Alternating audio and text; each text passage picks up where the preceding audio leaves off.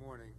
I'm Stu Eisenstadt. I'm chair of the U.S. Holocaust Memorial Museum Council. And on behalf of our Vice Chair, Alan Holt, and the Director of the U.S. Holocaust Memorial Museum, Sarah Bloomfield, I want to welcome all of you to this museum. We have a very special guest today, and it's my honor to introduce the Secretary of State of the United States, Anthony J. Blinken, a personal friend as well. The Holocaust is very personal to Secretary Blinken. His stepfather, Samuel Passard, was a renowned French Holocaust survivor and author. And his sister, Leah Passard, is a member of our U.S. Holocaust Memorial Museum Council. For over 3 decades, under 3 presidents, and in the United States Congress, Secretary Blinken has served with enormous distinction in a variety of major positions, including National Security Advisor to then Vice President Biden, Deputy Secretary of State, and when President Biden named him Secretary of State, he became only the 3rd person in American history to serve as both Deputy Secretary of State and Secretary of State. He is a strong proponent of backing up diplomacy with a strong military capability, robust economy, democratic and moral values, and strengthened alliances. He's been an architect of President Biden's policy to put human rights at the forefront of our foreign relations. He's respected and admired by his colleagues, to whom he is always open and gracious, and he has elevated the role of the career Foreign Service. He's likewise admired by bipartisan members of Congress in the House and Senate. It's our enormous honor to introduce to you the Secretary of State of the United States, Anthony J. Blinken.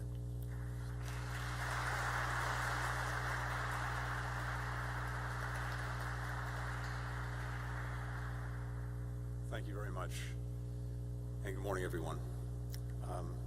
Stu, thank you for those very kind words, but also thank you for so many decades of extraordinary service to this country and to its ideals. This is something of a sacred place for me. Every time I walk through these doors, it has the same impact. And so I'm grateful to Sarah and her leadership, this institution, Naomi, who walked us through the extraordinary exhibit on the story, the plight of the Rohingya that we'll be talking about today. I urge everyone, come, see this, experience this. It will speak incredibly powerful to you. To the entire team behind this essential institution, behind the exhibit, thank you for your enduring efforts to teach us the darkest parts of history and the work you're doing to strive that the past does not become prologue. It's your efforts that make this museum a living memorial. That is the incredible enduring power of this institution. One of the unsettling truths of the United States Holocaust Memorial Museum is that there's never a time I visit here when its lessons do not feel deeply resonant. But I have to tell you, I can recall few times when that history felt so urgent, or the responsibility it imparts on all of us so pressing. As we meet, the Russian government continues to wage its unprovoked, brutal war on Ukraine. Each day brings more harrowing attacks, more innocent men, women, and children killed. That includes the 5 people who were killed in a strike on March 1st on a TV tower and the surrounding area on the outskirts of Kyiv, the same site where just over 80 years ago, 33,000 771 Jews were killed by the Nazis in just 2 days. Babi Yar. Ukraine is home to nearly 10,000 Holocaust survivors, including an 88-year-old woman, Natalia Bernzaya of Odessa. Here's what she said in a recent interview, and I quote, "It's hard to wrap my mind around the fact that in 1941, I had to hide in the basement of this building, and that I'm going to have to do that again now." The Kremlin has tried to justify this war by falsely claiming that it's intervening to stop genocide, abusing the term that we reserve for the gravest atrocities, disrespecting every victim of this heinous crime. Yet, even as we're working to increase international pressure on the Kremlin to end this unjustified war, we know there are many other places in the world where horrific atrocities are being committed. Over recent weeks, as I've spoken with diplomats from around the world about Ukraine, I've also heard a constant refrain. Many of them say, yes, we stand with the people of Ukraine, but we must also stand with the people suffering atrocities in other places, like Xinjiang, where the Chinese government continues to commit genocide and crimes against humanity against predominantly Muslim Uyghurs and other minority groups. Like the atrocities committed in the conflict in Ethiopia by all parties to that conflict, as well as by Eritrean forces. And like the recent flare-up in Darfur, Sudan, which raises alarming echoes of past acts of genocide by Bashir's government forces and the Janjaweed. Standing with victims of atrocities is what brings me here today. One of my responsibilities as Secretary is determining on behalf of the United States whether atrocities have been committed. It's an immense responsibility that I take very seriously, particularly given my family's history. Beyond the Holocaust, the United States has concluded that genocide was committed 7 times. Today marks the 8th, as I have determined that members of the Burmese military committed genocide and crimes against humanity against Rohingya. It's a decision that I reached based on reviewing a factual assessment and legal analysis prepared by the State Department, which included detailed documentation by a range of independent, impartial sources, including human rights organizations like Amnesty International and Human Rights Watch, as well as our own rigorous fact-finding. Among those sources was a joint report published in November 2017 by the Museum's Simon Skjodt Center for the Prevention of Genocide and the human rights group Fortify Rights, and the museum's determination in December 2018 that there is compelling evidence that Burmese military committed crimes against humanity and genocide against Rohingya. Given the gravity of this determination, it was also important that this administration conduct its own analysis of the facts and the law.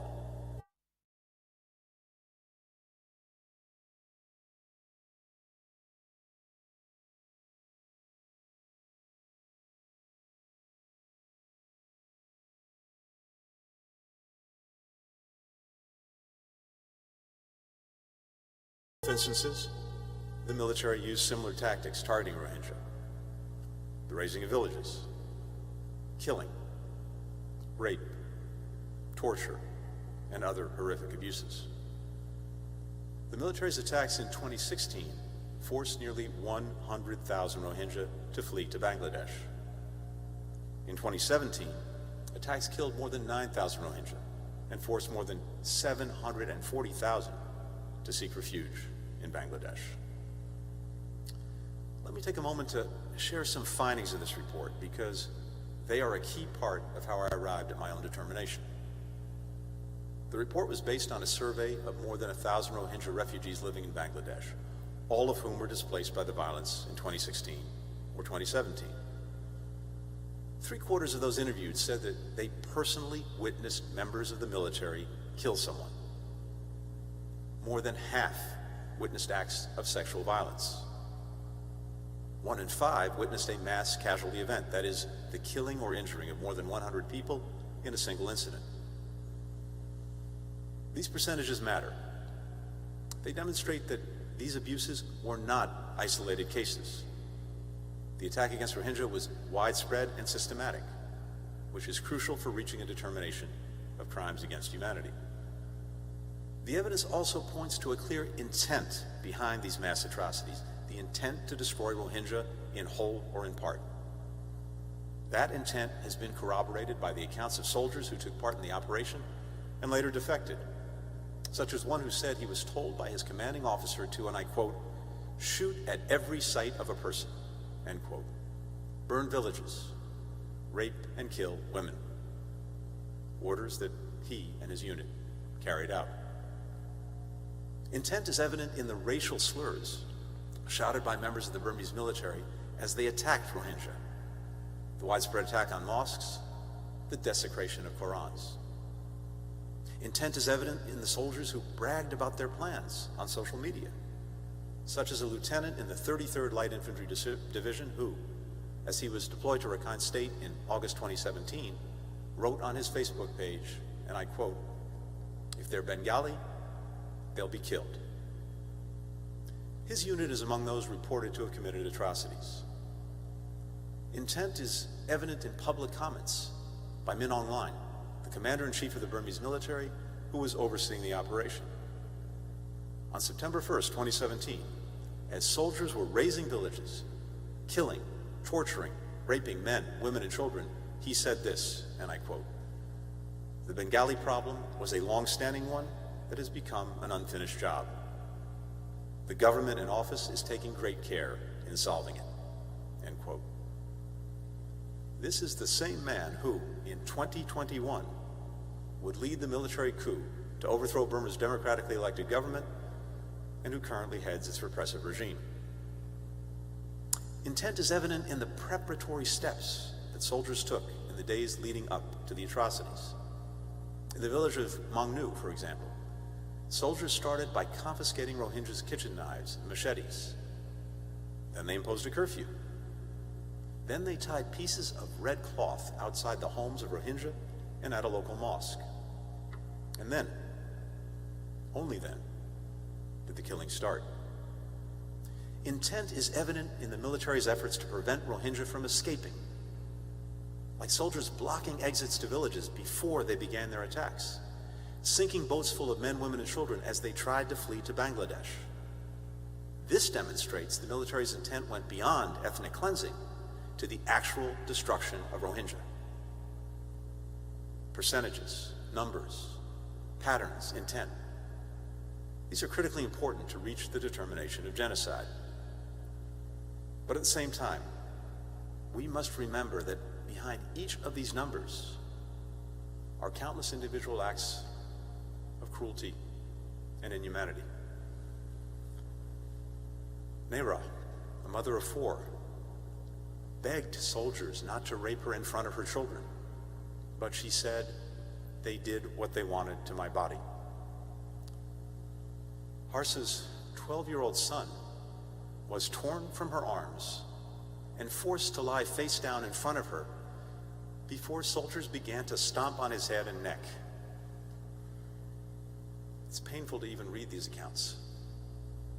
And I ask each and every one of you listening, put yourself in their place.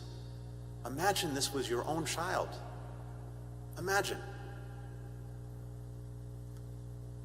These stories force us to reckon with the immeasurable pain wrought by every heinous abuse.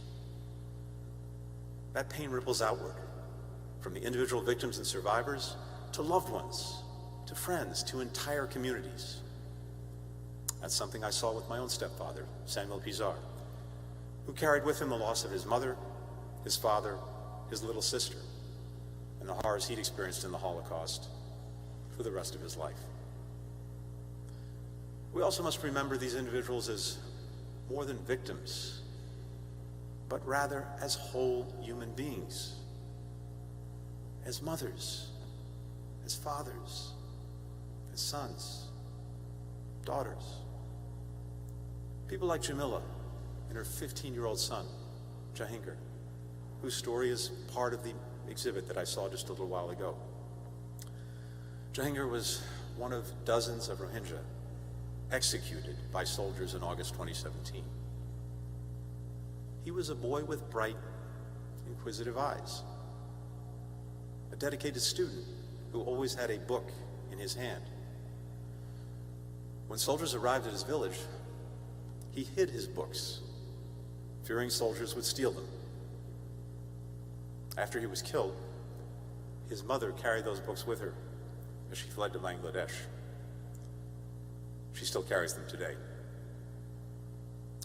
Jamila is one Rohingya mother who lost a child out of thousands. There's another fundamental lesson of the Holocaust Museum's powerful exhibit, which is found in its title, Burma's path to genocide.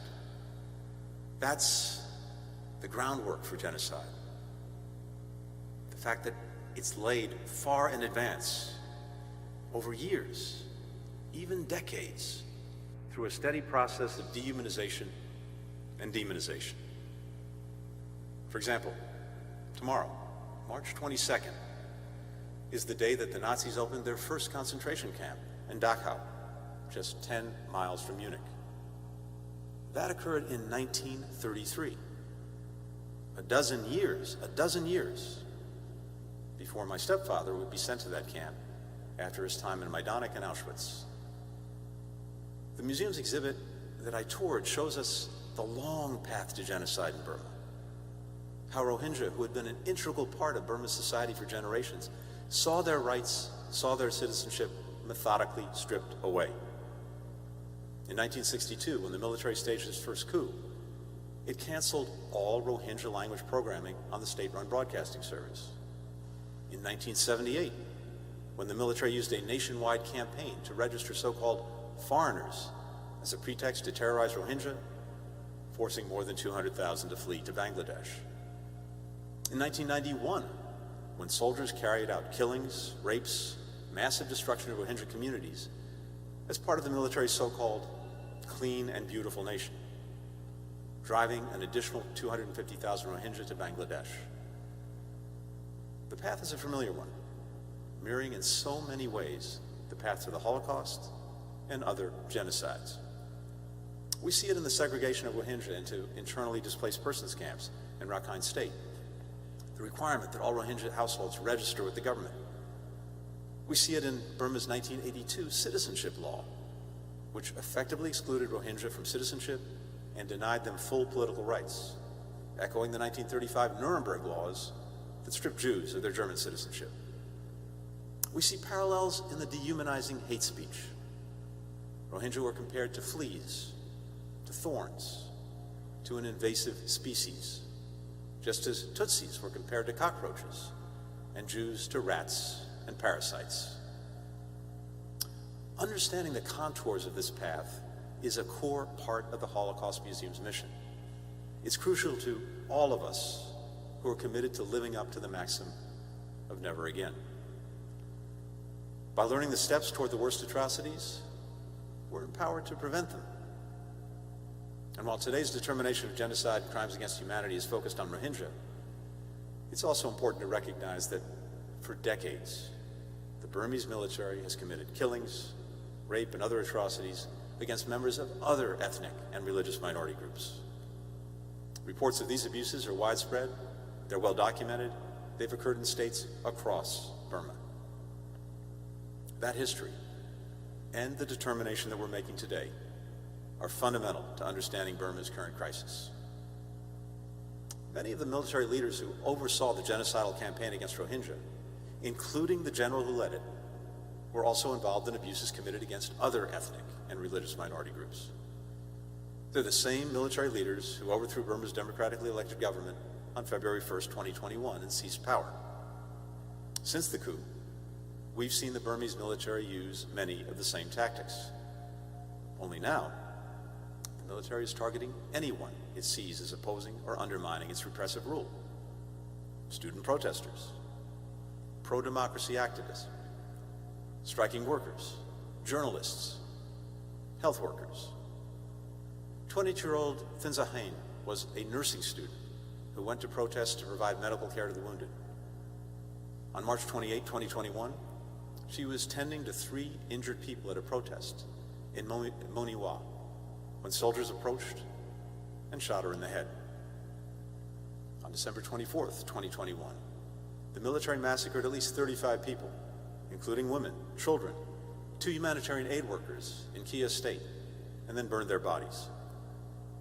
According to a doctor who examined the bodies, almost every victim's skull was fractured. Since seizing power, the military has killed more than 1,670 men, women, and children, and unjustly detained at least 12,800 more in abysmal conditions. The similarities in these atrocities underscore a fundamental truth of this museum and of history. People who are willing to commit atrocities against one group of people can swiftly be turned against another.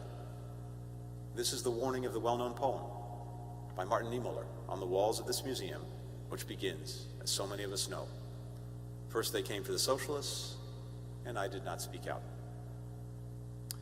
And for those who did not realize it before the coup, the brutal violence that has followed has made clear that there's no one the Burmese military won't come for. No one is safe from atrocities under its rule. And so, more people in Burma now recognize that ending this crisis, restoring the path to democracy, starts with ensuring the human rights of all people in the country, including Rohingya. The similarities also matter for the purpose of truth and accountability, something the United States has been working toward since the abuses occurred and continues to do to this day. The passage of time does not diminish this responsibility. If anything, it only makes our quest more urgent. We strongly supported the UN fact-finding mission for Myanmar, and we're doing the same for its successor, the Independent Investigative Mechanism for Myanmar, as it collects, preserves, and analyzes evidence of the most serious international crimes in Burma. We're providing a wide range of support, including information, resources, and today I can announce that we're also contributing nearly $1 million in additional funding. We've also shared information with the Gambia in connection with the case it's filed against Burma under the Genocide Convention at the International Court of Justice for the atrocities committed against Rohingya. Even as we lay the foundation for future accountability, we're also working to stop the military's ongoing atrocities, press for the release of all those unjustly detained, support the people of Burma as they strive to put the country back on the track to democracy. Alongside allies and partners, we're imposing significant costs on the leaders who bear the greatest responsibility for atrocities. We've imposed targeted sanctions on 65 individuals, including top military commanders, senior officials, their family members. We've applied sanctions or export controls on 26 entities that were either implicated in human rights abuses or generate revenue for the military and its leaders. And we prevented the regime from plundering Burma's overseas reserves.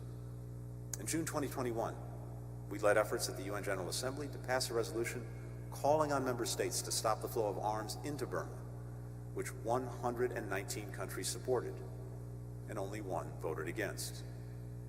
And in January, we joined 35 nations in calling for an end to the provision of all arms, material, and technical assistance to the Burmese military. All governments have a responsibility to keep the pressure on. The report released last month by the UN Special Rapporteur on Human Rights in Burma found that China, Russia, and Serbia have all continued to supply the regime with weapons used against civilians since the coup. We're closely working with our allies and partners in Asia, around Europe, at the G7, the United Nations, the Organization of Islamic Cooperation, to deny the regime the international access and credibility it craves. We're supporting ASEAN's efforts to end the regime's violence and seek a peaceful resolution of the crisis through its 5-point consensus. And we appreciate the work of ASEAN Special Envoy, Cambodia's Foreign Minister, Prak Sokhonn, who arrived in Burma today for his first visit as envoy. The Foreign Minister's experience and that of his country in enduring a genocide gives crucial perspective on the issues at hand. The United States also continues to provide significant support to help meet the humanitarian needs of Rohingya and all affected by their persecution. Nearly $1.6 billion since 2017 for everything from shelter and education to specialized mental health and psychosocial support for the victims of trauma. I want to recognize the exceptional generosity of Bangladesh in hosting over 900,000 Rohingya refugees, including its recent efforts to vaccinate hundreds of thousands of Rohingya as part of its national COVID-19 vaccination campaign. I've spoken today about the path to genocide. But let me close by saying something about the path out of genocide. Today's determination is one step on that path, as it tells Rohingya, and victims in particular, that the United States government recognizes the gravity of the atrocities committed against them. And it reaffirms Rohingyas' human rights and dignity, something the Burmese military has tried to destroy. In the wake of the coup, we've seen growing solidarity with Rohingya across Burma, including an important commitment by the National Unity Government to ensure that the human rights of Rohingya and of all ethnic and religious minority groups are respected. Of course, the path out of genocide also runs through justice. And while today that justice may feel elusive, to look around this room is to get a sense of just how determined people are to end the Burmese military's decades-long impunity. And there are many of us, Rohingya activists who've dedicated their lives to defending the rights of members of their community, several of whom are here today. And thank you for being with us. Local and international human rights organizations, which have spent years documenting atrocities against Rohingya and other ethnic and religious groups in Burma.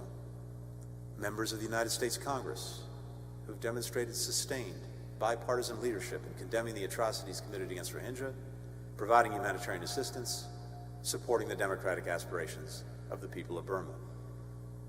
And of course, the courageous Rohingya survivors who've been willing to come forward to share their stories, to provide accounts of what they experienced. The case files are growing. The independent investigative mechanism for Myanmar alone has collected more than 1.5 million items of evidence and information, including witness testimonies, documents, messages, photos, videos, geospatial imagery, social media pages. Efforts are moving forward not only at the International Court of Justice, but also through the International Criminal Court and through the domestic courts of Argentina in a case brought under universal jurisdiction. The day will come when those responsible for these appalling acts will have to answer for them. Ultimately, the path out of genocide also leads home. Last week, the UN High Commissioner for Refugees released a report based on interviews with thousands of Rohingya refugees across the region. It found that despite all they've endured, despite decades of being told they do not belong, 2 out of 3 Rohingya refugees still want to return home to Burma one day, as long as they can do it safely, with dignity, with human rights, which is not possible now. And so, with today's determination, the United States reaffirms its broader commitment to accompanying Rohingya on this path out of genocide, toward truth, toward accountability, toward a home that will welcome them as equal members, that will respect their human rights and dignity alongside that of all people in Burma. Thank you very much.